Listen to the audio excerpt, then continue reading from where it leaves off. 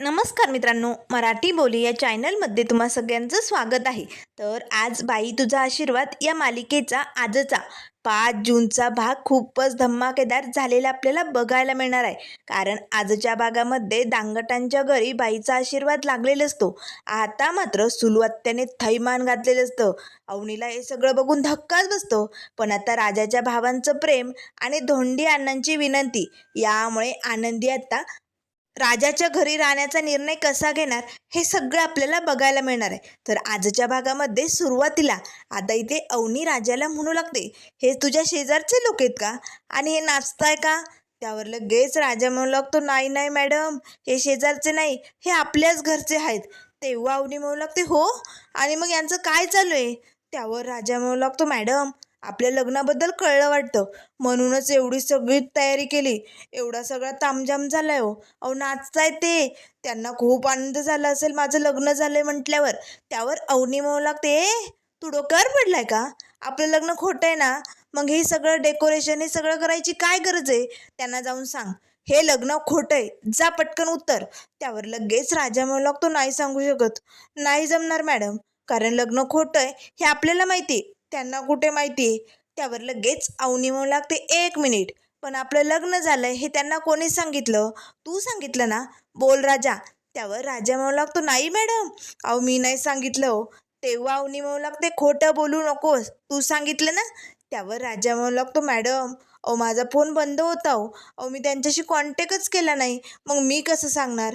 हे बघा मॅडम, त्यांना कुठून कळलं हे मला माहिती नाही, पण आत्ता जर मी सगळ्यांसमोर जाऊन सांगितलं हे लग्न खोटं आहे, तर माझ्या अण्णांच्या आबरूचं काय होईल हो?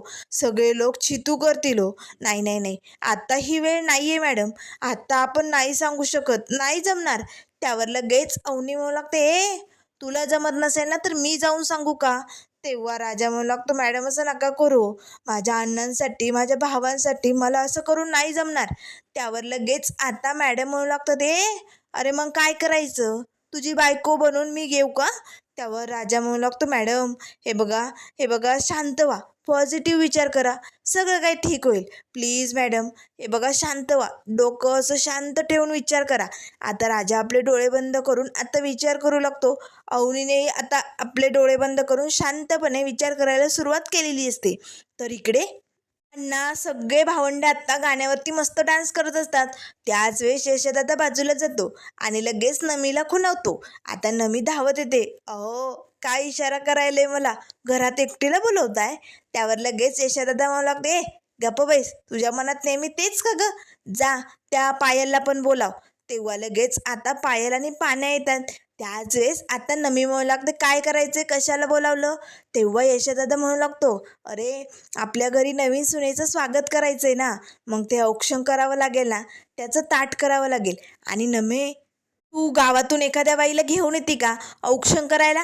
त्यावर लगेच नमी म्हणू लागते, मी या घरात असताना दुसरी बाई कशी औक्षण करणार आहे?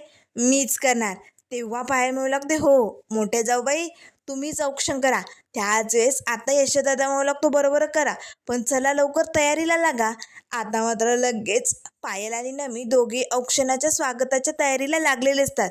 त्याच वेळेस आता यशोदादा आणि पाल्या पुन्हा नाचू लागतात. तेव्हा लगेच आता इकडे राजा म्हणू लागतो, देवी आई लय ट्रस्ट आलाय ग मला, मी काय करू देवी आई, मला ना लय टेन्शन आलंय, आजवर एवढ्या संकटांना साथ दिली, पण एवढं टेन्शन कधीच नव्हतं आलं ग. देवी आई, तू प्रत्येक संकटातनं मला मार्ग दाखवलाय ग, इथपर्यंत पोचवलंय, मग आता या संकटातनं बाहेर पडायसाठी रस्ता दाखव ना ग देवी आई, कर ना काहीतरी देवी आई.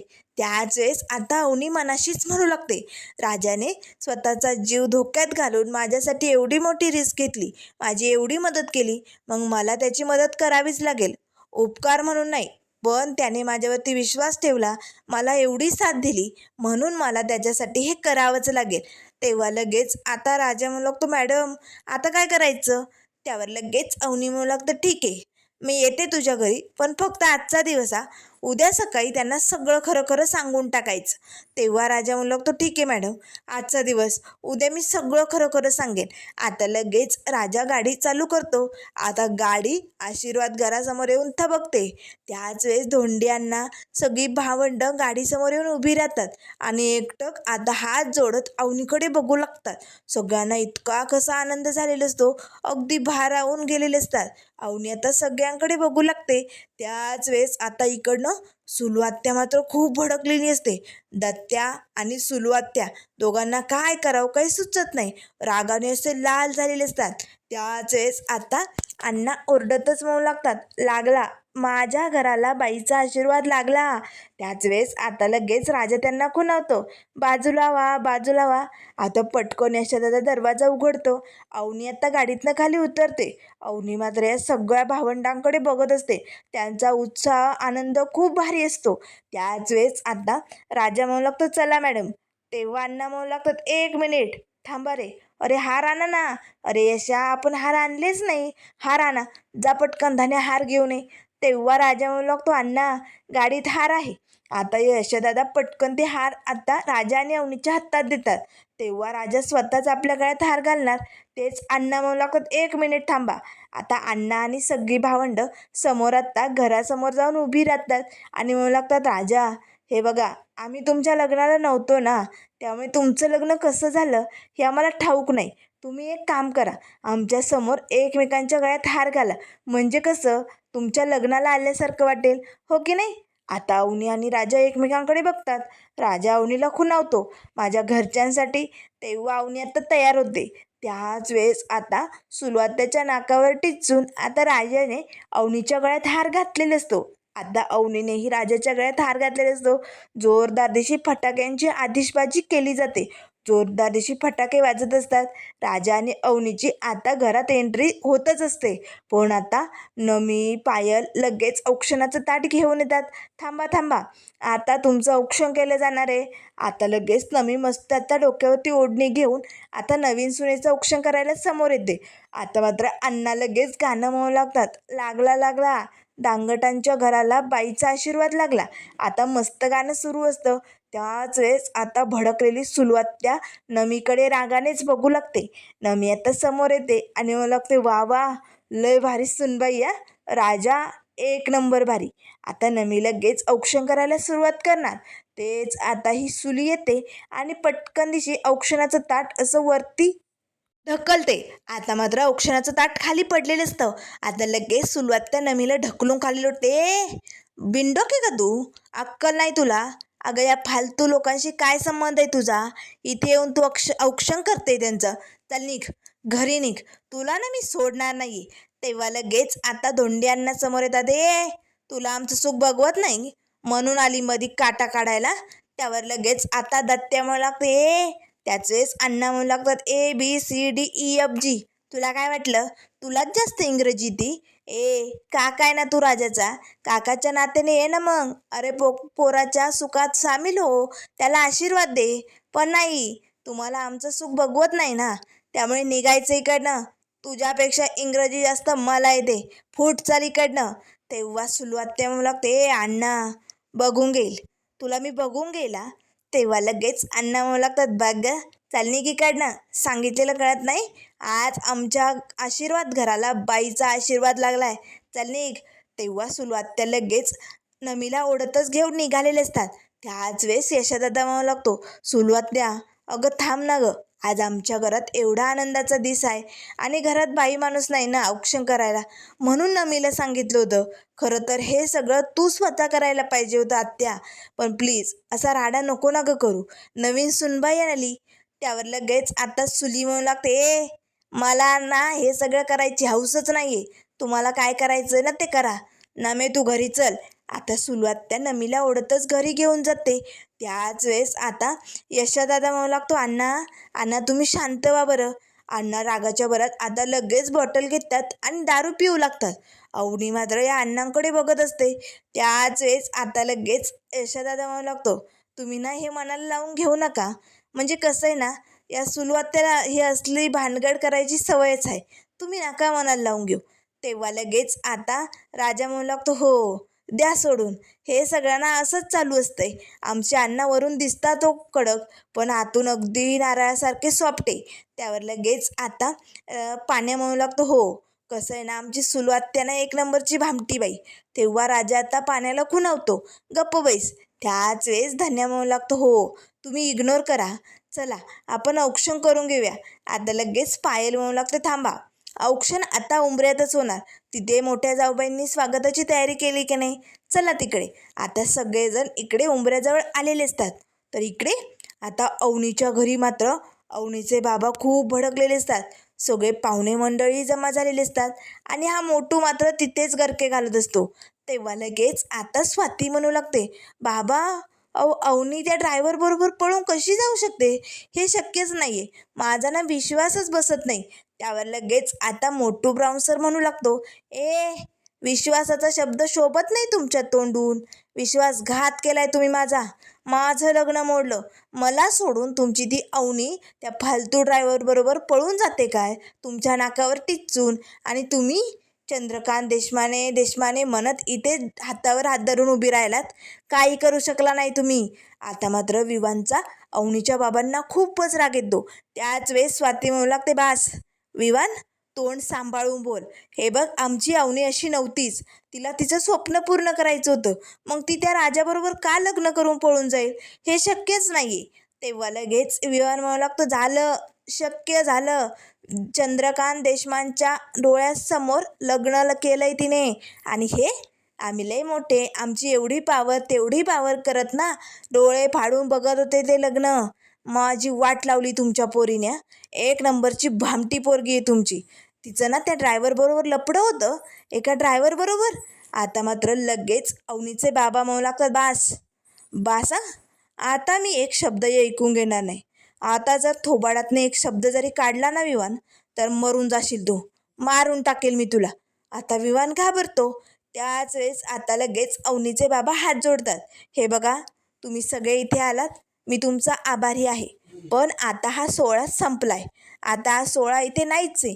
त्यामुळे तुम्ही इकडनं जाऊ शकता. आता लगेच सगळे पाहुणे मंडळी निघालेले असतात. अवनीचे बाबा आता लगेच आपल्या रूममध्ये जातात.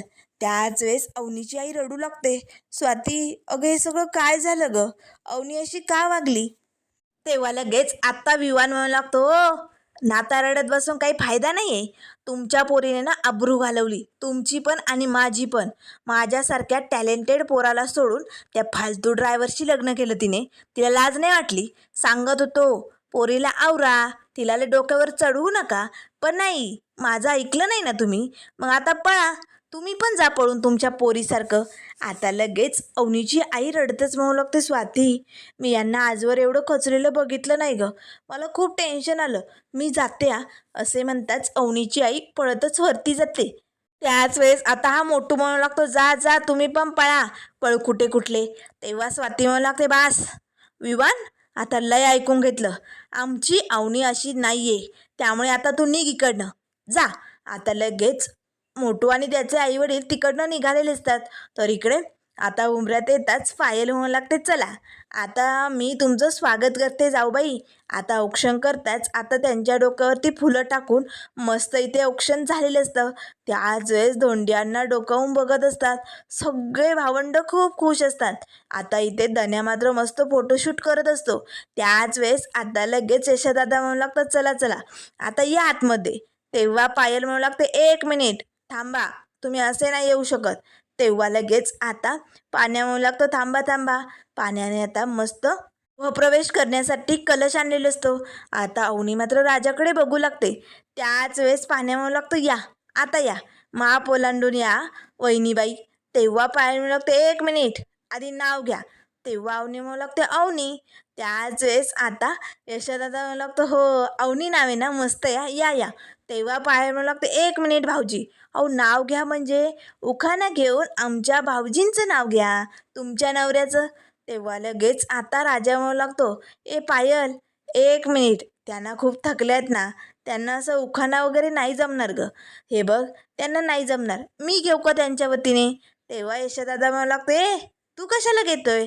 तेव्हा राजा म्हणू लागतो, घेतो की मी. बघा आता नाव कसं घ्यायचं मी विचार करतो हा. देवी आईच्या पायाशी ठेवला माथा, अवनीचं नाव घेतो, आता आशीर्वाद असावा तुमचा, आणि येऊ का आता घरात. तेव्हा लगेच सगळे हसू लागतात. माथा आता हे सगळं काय आहे. त्याच वेळेस आता राजा म्हणू लागतो, आणखीन आणखीन, आणि लाभलाय आता आमच्या घराला बाईचा आशीर्वाद असा. आता मस्त नाव घेऊन लगेच सगळेजण टाळ्या वाजवतात. त्याच वेळेस यशादादा सगळ्यांची ओळख येते तर राजाने अवनीला करून दिलेली असते. आता लगेच पटकन कुंकवाचं ताट समोर ठेवत अवनीने आता घरात एंट्री केलेली असते. तर त्यानंतर मित्रांनो पुढील भागामध्ये आपल्याला बघायला मिळेल, इथे आता धोंडियांना आणि राजाची सगळी भावंडं खूप खुश असतात. अवनीला मात्र मोठं टेन्शन आलेलं असतं. अवनी आता बाहेर येते, राजाही आता तिच्याजवळ येतो. तेव्हा अवनी म्हणू लागते, तुला कळतंय का, आपण सगळ्यांच्या भावनांशी खेळतोय, त्यांचा आनंद त्यांचं प्रेम कळतंय ना तुला. अरे आपण त्यांना फसवतोय. जेव्हा त्यांना उद्या सकाळी सत्य कळेल तेव्हा काय होईल. तेव्हा राजा म्हणू लागतो, मॅडम मी काय करू आता तुम्हीच सांगा ना. तेव्हा अवनी म्हणू लागते, बास आता मी काही ऐकणार नाही. आता मी स्वतः जाणार आणि त्यांना सगळं सत्य सांगणार. आता मात्र अवनी निघालेली असते, पण आता धोंडियांना मात्र अवनीचे पाय कसे पकडणार, अवनी मात्र आता इथे राहण्याचा निर्णय कसा घेणार, हे सगळं आपल्याला बघायला मिळेल. हे सगळं बघण्यासाठी खूपच मजा येणार आहे. त्यामुळे मित्रांनो अशाच मालिकेंच्या अपडेट पाहण्यासाठी चॅनलला लाईक करा, सबस्क्राईब करा. व्हिडिओ पाहिल्याबद्दल धन्यवाद.